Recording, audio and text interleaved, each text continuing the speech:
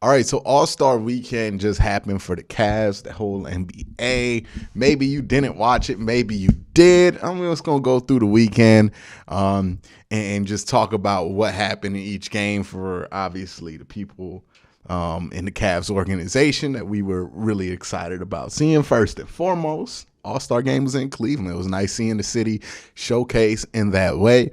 They got Wolfstein Arena to look real nice for some of these events. That was really cool to see. I think the celebrity game was out there. Myles Garrett, big old Myles Garrett, just out there just playing basketball. Look, man, Myles Garrett looks unnatural wherever you see him. Look, and he probably gonna have to get a drug test because they saw him without no sleeves on today. And you know how it goes for Myles when he has no sleeve, he gets drug tested. So that's gonna be that. But Miles just athletic freak in that celebrity game. But let's really talk about the Cavs guys. What they call it now? The rookie sophomore game or the rising star challenge. This is what they call it now. I'm old. I think of it as the rookie sophomore game still. They do it in a different format.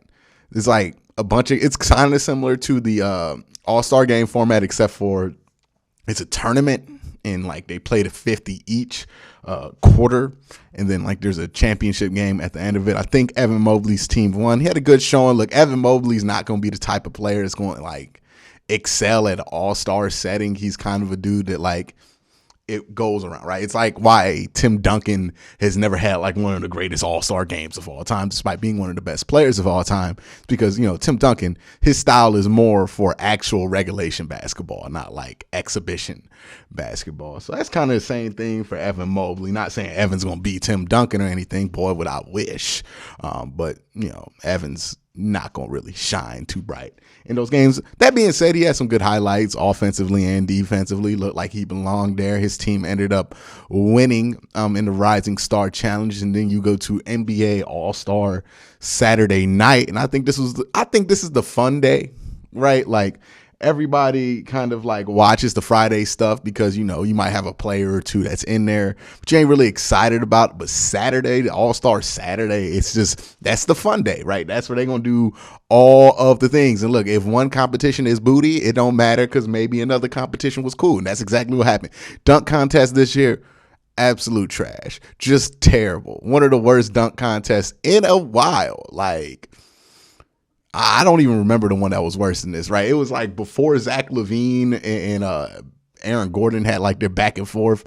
I think there was a dunk contest where they brought like two dudes from the G League to do dunk. This was that, right? Like not a great dunk contest. I think the All-Star game the next day actually had better dunks than the dunk contest. And look, the dunk contest is one of those things that people love to complain about. It's hit or miss every year, right? Like either you have dudes who could do stuff that's incredible and want to, or you don't. Man, this year they didn't. Absolutely didn't. 3-point contest was fun. What was it? Karl Anthony Towns just went off. Look, Karl Anthony Towns, every time you look at him or watch a highlight package of him, you wonder to yourself, how has the Minnesota Timberwolves been this sorry for this long, right? Like every time I see Karl Anthony Towns, I'm like, how are you this skilled and talented and your teams are always bad? Like the one time he had a good team was what, Jimmy Butler? And then Jimmy got hurt and they didn't make the playoffs.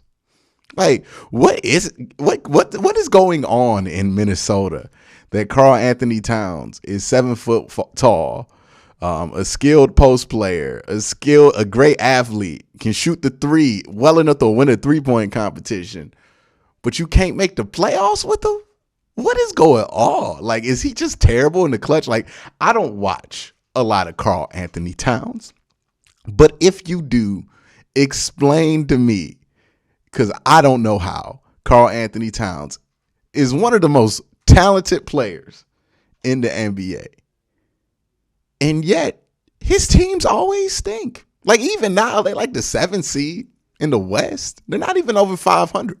You know what I mean? Like it ain't even been that hard to make the playoffs. It's the NBA. Like you could be under 500, make the playoffs. He don't even do that. Like how is that possible that he is this talented and his teams continue to be this trash? Like in a league where if you have a dude, you will make the playoffs. He is a dude and they do not make the playoffs. Like, is it just everything else around him is awful? I think that's hard to believe that it's that bad. But like, what goes on with Karl Anthony Towns? What's going on there in Minnesota? How do they not make the playoffs more often with Karl Anthony Towns being as talented as he is? Is this an Andrew Wiggins situation where he's not consistent? It would have seemed so. Like, we've been talking about Karl Towns as a really good player for a while. Like, why doesn't it work? I don't know.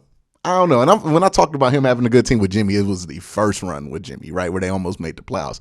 Not the one where he where he challenged the whole team's adulthood. That was a different run. Or was that part of the same run? I don't know. I don't pay attention to Minnesota basketball that much. But somebody who does, explain to me how Karl Anthony Towns don't get his team to the playoffs in the NBA. How does that happen? He's way too talented for that, right? That was head scratching to me to watch. I'm like, man, this dude, that talented. Okay, let me get back on track. All right, there was a skill challenge too.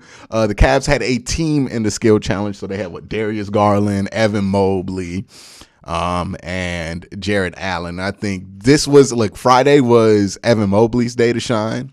I think Evan Mobley got a little shine in the skills challenge because he did much better in that shooting challenge. And I think anybody gave him credit to be as good. And look, man, I say this every time we talk about Evan Mobley. I tell y'all this every time.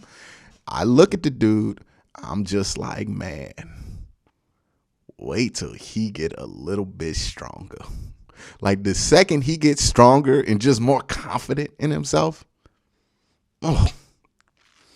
he could be one of the best players in the NBA. To be as athletic and as strong as he is already at 20, and to have the shooting stroke, right? Because his shot's not broken, right? Like, he's not going to be able to hit like that in games because he has to rush his shot. But once he just gets that down pat, he might have a good jumper. And what's the comp for an athlete like that, for a guy who could pass out the post and on the perimeter, for a guy who could guard all five positions at 7'2" with a ridiculous wingspan, for a dude who can make a jumper and a three, for a guy who's athletic enough to get the Giannis Euro? Like, what is the comp for a dude that talented? Right? Like, there is no comp. Like, I know we like to throw out comps, but like, Tim Duncan wasn't guarding all five positions. Well, Tim Duncan at some points was guarding all five positions, but he was really just a lower block defender. You know what I mean? One of the best of all time, one of the best rim protectors of all time. But he wasn't picking up the point guard, right? Like, that's what I'm saying with Evan Mobley, man. The dude be guarding Trae Young, like, just like he's a guard. You know what I mean? And he's good at it. And so I say this, man, if that jumper don't look like it need that much work. It really don't. It just look like it needs time. Like, you just need to put some water on that, let them grow. And look, that's what Evan Mobley, like right now, the Cavs are in a position where Darius Garland is the best player on the Cavs right now. Like, inarguably, he's the Cavs' best player. But, and this is no disrespect to Garland, but the day that Evan Mobley becomes the number one option on this team, the day that Evan Mobley becomes the best player on the Cavaliers,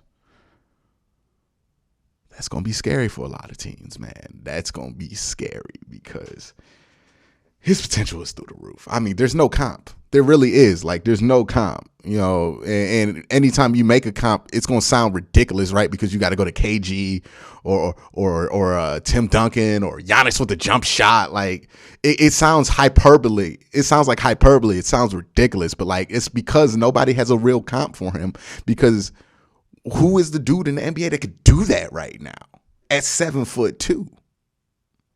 I mean, he's a great, like, when he gets taller, dog, I don't know what the league gonna do about that. I mean, not taller. Once he gets stronger, he already tall. Once he gets stronger, I really, really struggle to see what the NBA is gonna do about that. But yeah, Darius Garland really shined in the shooting stars. I mean, the skills challenge. He just went off. He just smacked a bunch of 4-pointers. Is really, really played well in that challenge. And they ended up winning the entire skill challenge thing. Now, they probably should. It's a little home cooking there because they're the only group that like plays together. So they should win something like this. But again, always nice to win there. And then we're going to go to the All-Star game the next night. And it was great, man. I think this was one of the better All-Star games in recent memory. It was just fun seeing LeBron back at Cleveland, seeing the crowd really embrace him. look, man, I know that people are up and down on whether they want this to happen, but I feel like LeBron want to finish his career in Cleveland, right? Like this is the only team he's come back to twice. This is the team that every time he plays in the home arena in Cleveland, like you can see it in his eyes. He likes this place. Like he loves this place. Like this is his favorite place that he's played and called home. It is Cleveland, right? It is the Gund Arena / the Quicken Loans Arena / whatever you want to call it. It's the Rock now or whatever we want to call it. It's been LeBron's home ever since he's entered the league, man. And you could just see it in his eyes. Like this is where he wants his retirement ceremony. Like this is where it would mean the most to him to end his career. Whether that happens, I don't know, right? There's a lot of things that have to move in motion for that to happen, but it would be cool. One last year of LeBron. Look, it ain't gonna be LeBron doing like LeBron stuff when he finishes his career here. But I mean, like, even if it's just LeBron off the bench giving you 15, like, that's cool. You know what I mean? That's a cool way to go out. The franchise's best player and probably will be the best player ever in franchise history to wear a Cavs uniform, because let's face it, like, there's only one player who's ever been better than him, and that's Michael Jordan. It's nice to see that, there seems to be no hostilities. It's just peaceful when it comes to LeBron and Cleveland, and that's just beautiful to me. But yeah, the All-Star game was great. The competition level was great. I like the idea that they have. Once you got to like the third and especially that fourth quarter, teams start playing. Look, this is going to be something I'm going to talk about the week overall that I hope it gives this team, but this is something that I like to see. Jared Allen was in that game at the end of the game. Like, they just left him in because they felt like that was the only dude that they could have that would guard Joel Embiid. And he did a pretty good job of that, man. Joel Embiid's a monster. And look, this is what I'm going to get into about what I hope the Cavs can take away from All-Star Weekend, what I hope it gives them, right? Because I kind of remember seeing something similar happen with Kyrie Irving. In 2012? Was that his first All-Star Weekend? 2012, 2013. It was about 2 years before LeBron came back. I think it was Kyrie's second year. I mean, he was just getting involved in these festivities. And you could see, like, as the weekend went on, his confidence just started to grow. And then after that All-Star break, he had this level of confidence that took him to that next spot to where, by the end of next season, he was that All-Star. Like, he was an All-Star, MVP, everything else. For Darius Garland, for Jared Allen, for Evan Mobley, I hope this weekend gives them confidence, right? Jared Allen, let's start with him. What I want this to give him confidence for, hey, man, when they got Joel Embiid on you one-on-one, you don't need help. You can handle that yourself. You are the best defensive center in the NBA, at least in the East. Definitely in the East. It's a toss-up with him and Gobert right now, but you are the best defensive center in the league. You don't need no help, right? When I saw the Cavs play the 76ers, they were panicking every time, right, defensively, that Jared Allen was one-on-one with Joel Embiid. I mean, I understand. Joel Embiid's playing at an insane clip right now. He's one of the best he's the best player in the NBA, in my opinion. I think he's the MVP. But still, man, you got to let Jared Allen handle that one-on-one, because what they gave up in that game by trying to trap Joel or trying to get him in a double was not equal to what you would have gotten if you would have just let Jared handle that himself. I felt like you would have got a better defensive performance out of Jared. I feel like you would have lowered the output of points, and I think you would have really been able to beat the Sixers that day if you would have just trusted that Jared Allen can handle that one-on-one. In this game, they had nobody else, so they just threw Jared Allen at him. And look, Jared's gotten stronger since his days in Brooklyn, and he was able to handle that, right? Physical, tough, strong. It's an all-star game, right? You know what I mean? It's not a true test, but still, it was nice to see him get that one-on-one opportunity. I hope that gives him confidence to know if an elite big comes in here and wants to post me up, I got this, right? Like, we don't need Evan to come out and try to guard. No. We got this, right? Jared's got that one-on-one. We need to have that confidence in him. For Darius Garland, man, I hope that confidence instills in him that he is a superstar. Like, he needs to start to believe that he's a superstar, because sometimes in games where he's putting out superstar outputs early, he stops or he doesn't remember that he's a superstar. And what I mean by that is he doesn't go for the kills sometimes, right? He doesn't get those extra buckets. He doesn't hit that fourth gear, right? He'll get to that third gear and he'll get up 30 points and they'll be pretty efficient. But when you need him to hit that fourth gear and go off, sometimes he's not there. I think that's just confidence in him, right? This All-Star weekend, we saw the same thing with Kyrie Irving, right? Where his first year, he would get to 30, he would get to 30, he would get to 30, he would get to 20, he would get to 20, but he would never really go off, right? He would only rarely go off for those types of games. But then we saw after the All-Star weekend, boom, all of a sudden he's exploding for like these point explosions. That's the same thing I want to see out of Darius Garland, right? Evan Mobley, be aggressive, dog. You can shoot. You can shoot. You could take those open jumpers. I'm fine with it. But you can shoot, you can drive, and you can pass. There's no reason for you not to get to the foul line more often than you do, man. Like, be aggressive. You got a nice shot. You have a good jumper. If you get fouled, you're going to make them foul shots. Just be aggressive. Be more confident that you have the skill set that you have. And I think this Cavs team, that's the wall they're running up against, right?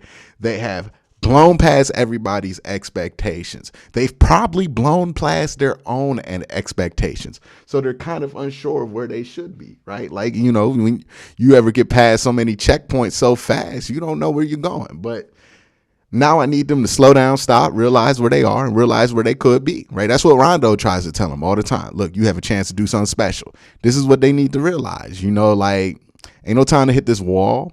And you don't need to hit this wall because this wall is your old selves telling you what your new selves can't do.